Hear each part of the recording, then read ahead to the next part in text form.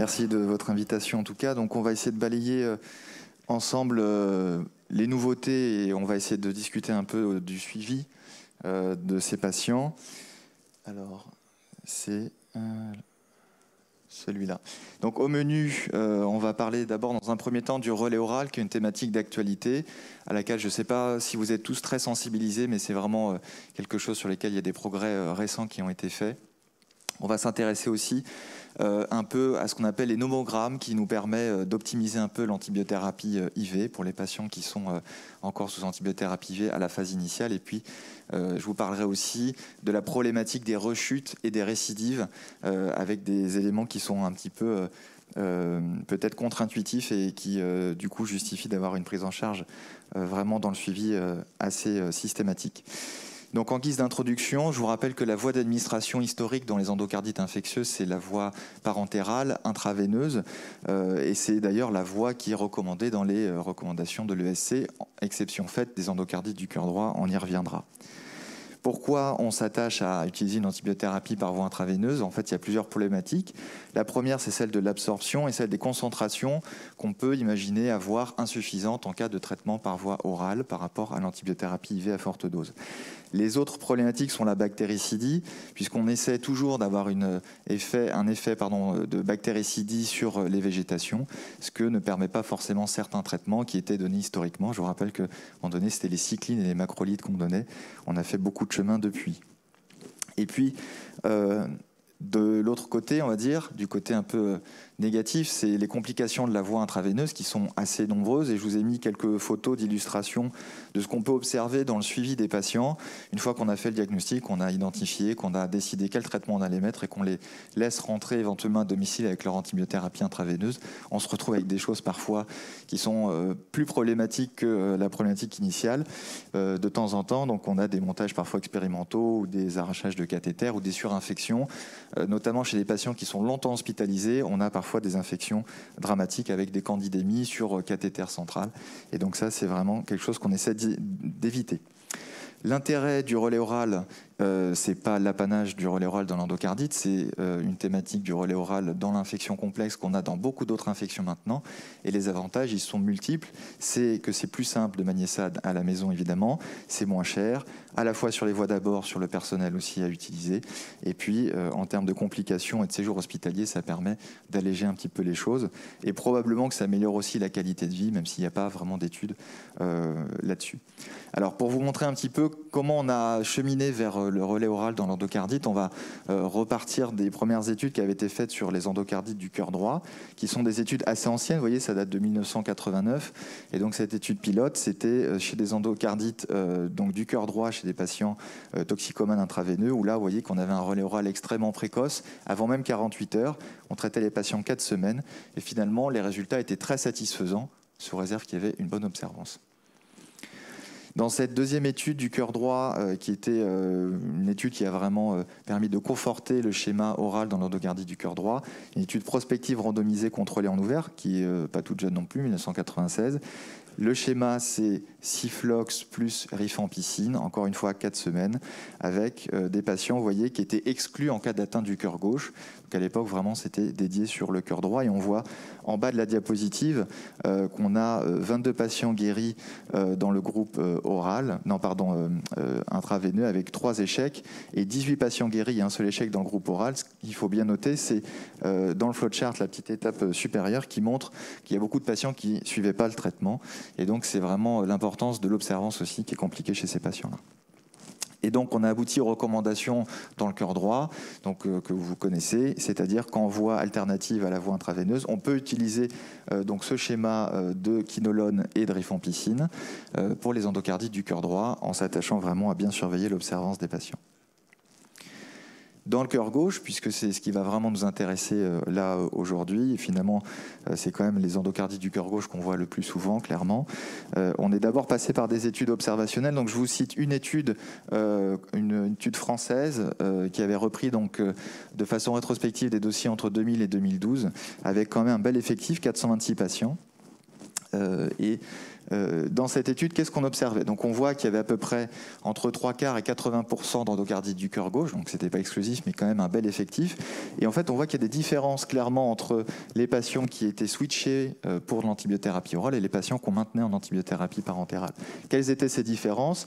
Finalement, dans le groupe Péros, c'était des patients qui étaient moins graves, qui avaient moins de chocs, des patients moins comorbides et des patients qui avaient moins d'infections à staphylocoque doré. Donc on voit bien déjà qu'il y avait une orientation vers des patients avec un profil d'allure plus simple. Et chez ces patients, on autorisait, donc hors recommandation, mais un relais oral dans ce cas-là. Le relais oral était relativement tardif, notamment, vous voyez, pour staphylocoque doré et entérocoque, c'était au bout de 28 jours. Donc voilà, on se rend compte vraiment, c'était déjà l'endocardite est probablement quasiment traitée à ce moment-là. Donc ces résultats étaient assez satisfaisants puisque dans cette cohorte de 400 patients, on avait à peu près 22% de mortalité, ce qui est la mortalité à peu près attendue dans les endocardites infectieuses. Dans la voie IV, on voyait qu'il y avait une surmortalité et dans la voie Péros, la mortalité était que de 8%. Donc vraiment des patients triés sur le volet. La problématique des rechutes et des récidives, on voit que c'était que 3% dans cette série, mais le suivi n'était pas forcément très standardisé.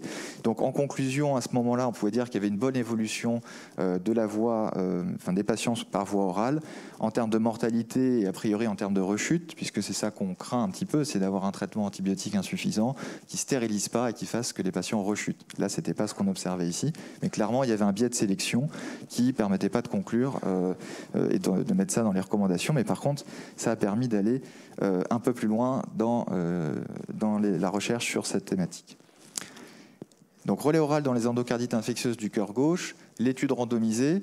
Petite question, si je vous dis le mot poète, est-ce que vous pensez à Arthur Rimbaud ou est-ce que vous pensez plutôt à cette étude-là qui est parue dans le New England? Donc je ne sais pas si vous l'avez tous lu, mais nous, elle nous a beaucoup intéressé les infectiologues parce que c'est vraiment une étude majeure avec donc un design très intéressant et un haut niveau de preuve. Et donc je vais essayer de vous la détailler un petit peu. C'est une étude donc faite au Danemark, une étude multicentrique randomisée, donc en ouvert, de non-infériorité. Et les patients inclus, c'était des patients donc, avec du cœur gauche uniquement. Donc là, on est vraiment dans une problématique très spécifique. Les patients pouvaient avoir pacemaker ou des défibrillateurs implantés. C'était des endocardites certaines selon les critères de Duke, donc vraiment des patients très triés. La microbiologie des patients, c'était la microbiologie qui concerne 90 ou 95% des endocardites, donc vraiment assez pragmatique. Les patients qui avaient répondu au traitement initial, on va voir quels étaient les critères, pouvaient être randomisés par voie orale ou par voie IV pour la suite du traitement. Et il fallait que les patients aient reçu au moins 10 jours de traitement ou 7 jours s'il y avait une chirurgie pour l'endocardite infectieuse avant d'envisager de les relayer éventuellement. Une petite limite, c'était sur les patients en obésité morbide avec un IMC supérieur à 40, donc qui ne pouvaient pas être inclus dans l'étude. Et donc les patients qui étaient relayés Péros avaient des consultations 2 à 3 fois par semaine, donc un suivi très rapproché. Et tous les patients avaient une ETO de fin de traitement 2 à 3 jours avant la fin du traitement. Vous voyez qu'ils étaient suivis jusqu'à M6. Et donc ça nous permet d'avoir des données de suivi assez intéressantes dans cette étude. Donc juste pour vous préciser que les critères étaient particulièrement strict, voire draconien, puisqu'il fallait que les patients donc, soient apyrétiques. En général, c'est vrai qu'on aime bien que les patients soient apyrétiques avant de les relayer par voie orale, quel que soit le type d'infection. Donc ça, c'était pas très strict. Par contre, vous voyez que la CRP devait être inférieure à 20 mg par litre. Donc c'est vraiment des patients qui ont éteint leur syndrome inflammatoire, qui sont vraiment dans la bonne évolution, parce que la CRP, c'est quand même un élément assez important dans le suivi de l'endocardite. Des patients qui avaient des leucocytes très bas aussi. Et puis, vous voyez que tous les patients avaient une ETO. Avant d'envisager le relais par voie orale, il fallait qu'ils aient une ETO 48 heures avant ce relais. L'antibiothérapie choisie pour la voie IV, c'était l'antibiothérapie recommandée, adaptée par les sociétés de cardiologie danoises. Donc je ne vais pas redétailler ça. Je pourrais vous montrer après les schémas d'antibiotiques qui étaient administrés. Et puis par voie orale, ce qu'il faut retenir, c'était des antibiotiques avec une bonne biodisponibilité, avec une bithérapie systématique, avec des bithérapies d'antibiotiques qui ont des cibles d'action différentes. Et puis dans cette étude, les patients avaient des dosages qui permettaient d'adapter la posologie.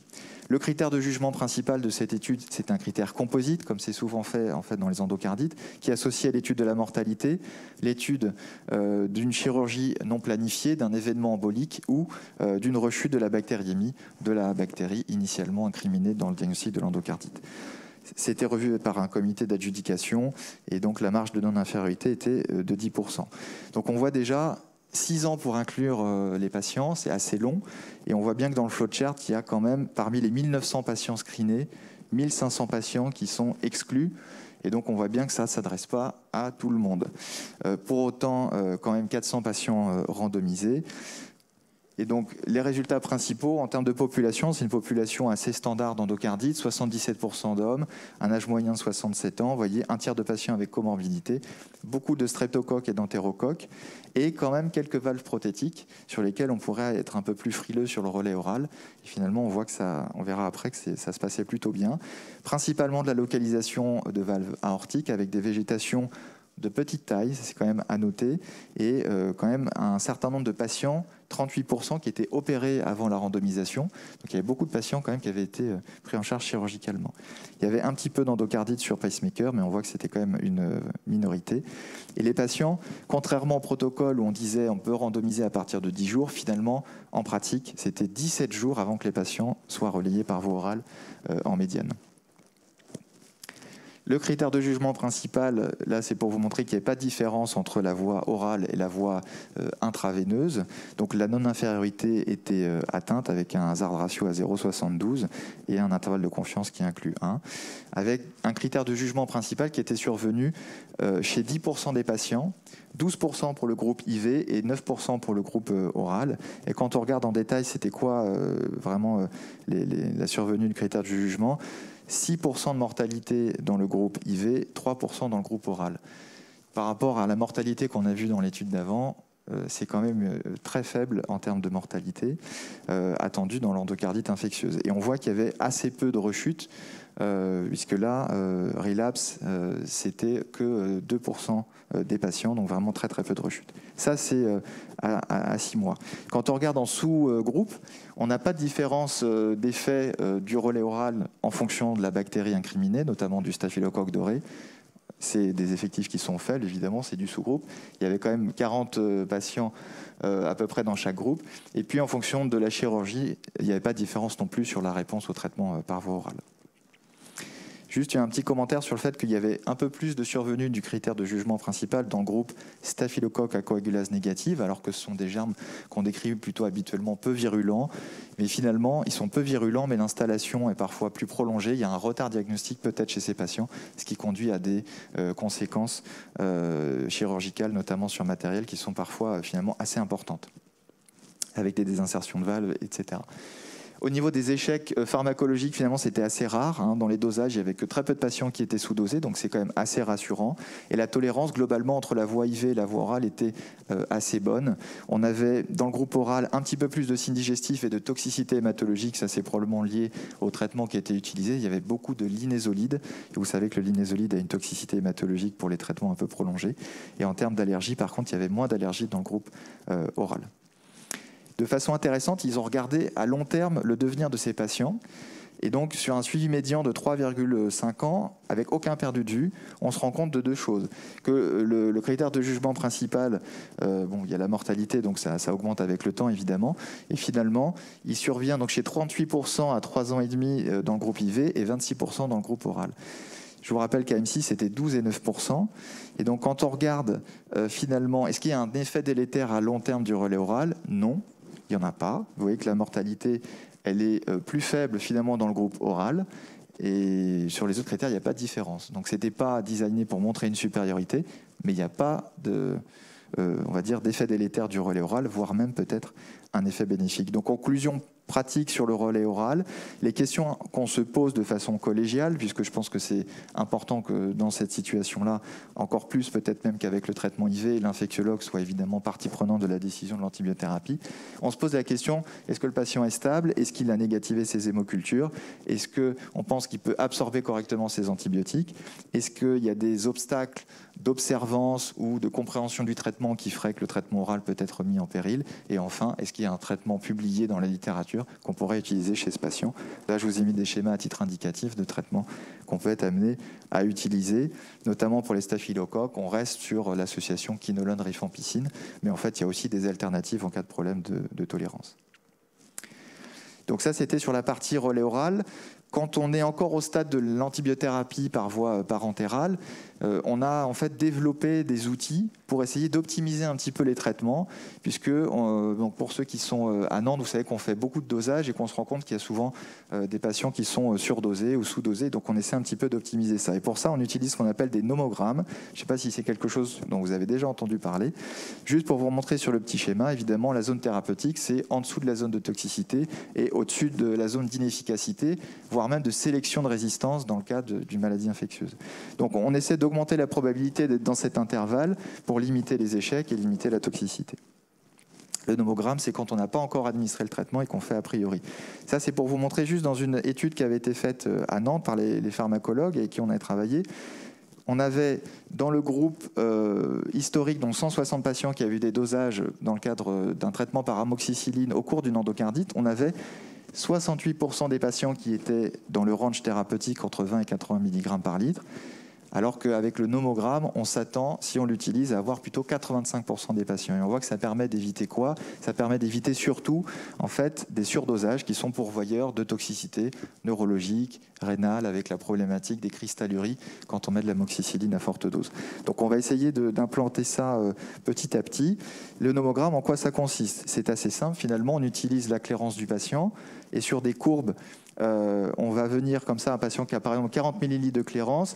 La courbe en pointillé au milieu représente la probabilité d'avoir la concentration obtenue supérieure à 90%. Et on va du coup plaquer de l'autre côté la dose recommandée. Donc ça permet vraiment d'adapter et d'éviter la iatrogénie liée à l'antibiothérapie.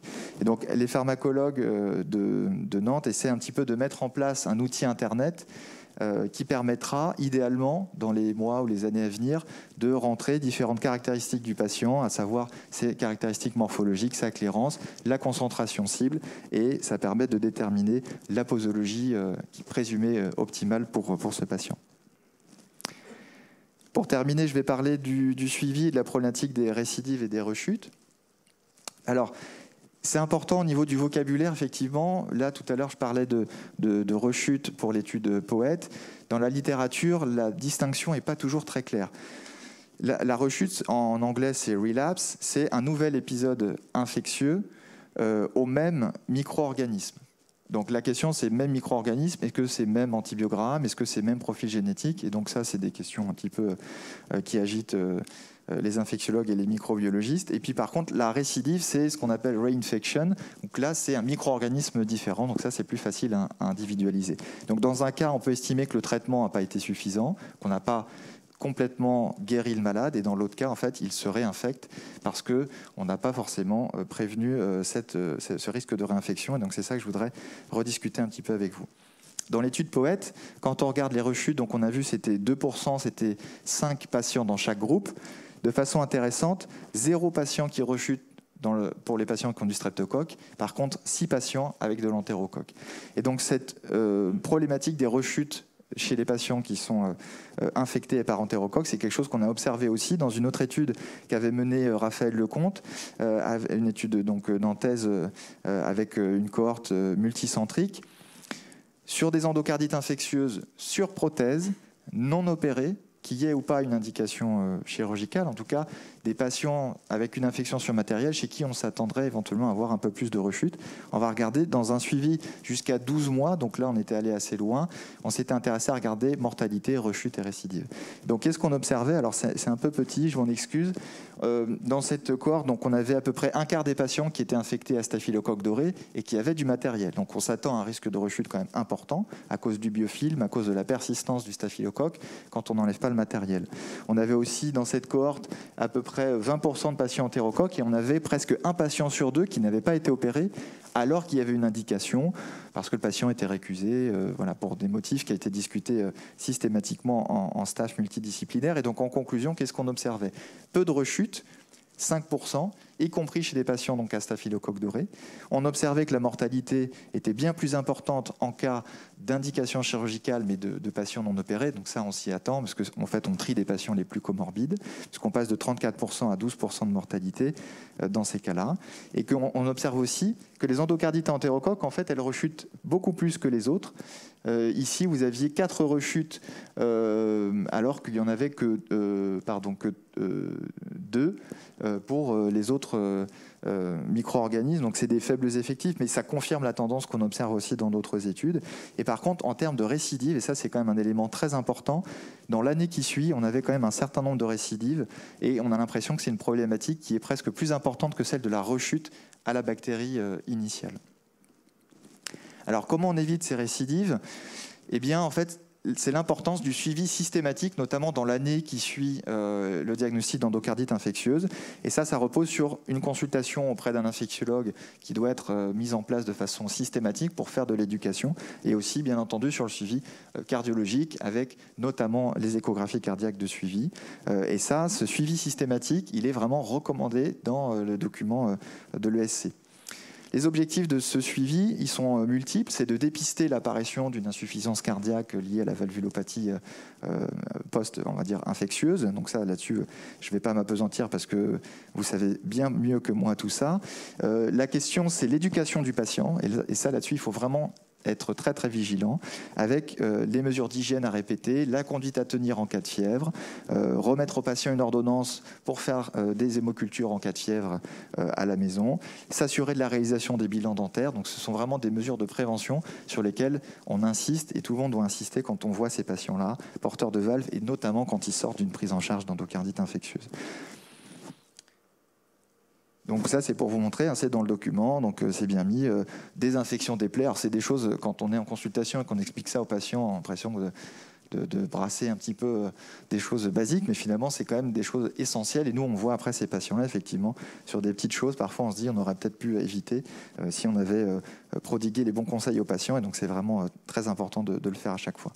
Donc, pour conclure sur mon topo, le relais oral dans l'endocardite du cœur gauche, clairement, c'est l'avenir. Ça ne fait pas encore partie des recommandations, mais probablement que quand ce sera actualisé, il y aura des choses qui vont bouger là-dessus. Les questions qui restent en suspens dans le relais oral dans l'endocardite du cœur gauche, c'est quel schéma privilégier? Est-ce que la bithérapie systématique avec éventuellement des effets secondaires, on a parlé tout à l'heure des fluoroquinolones et du risque d'anévrisme, ça c'est quand même une problématique potentiellement importante. Et puis la problématique de la récidive par rapport à celle de la rechute, j'ai envie que moi, vraiment qu'on retienne de se dire la récidive, c'est probablement plus important que la rechute, à part pour l'entérocoque, où là, il y a peut-être, en termes d'antibiothérapie, des choses à optimiser. Et donc, c'est important, effectivement, d'asseoir l'éducation du patient avec un suivi régulier. Et c'est l'affaire de tous les médecins, en fait, qui croient à ces patients-là. Voilà.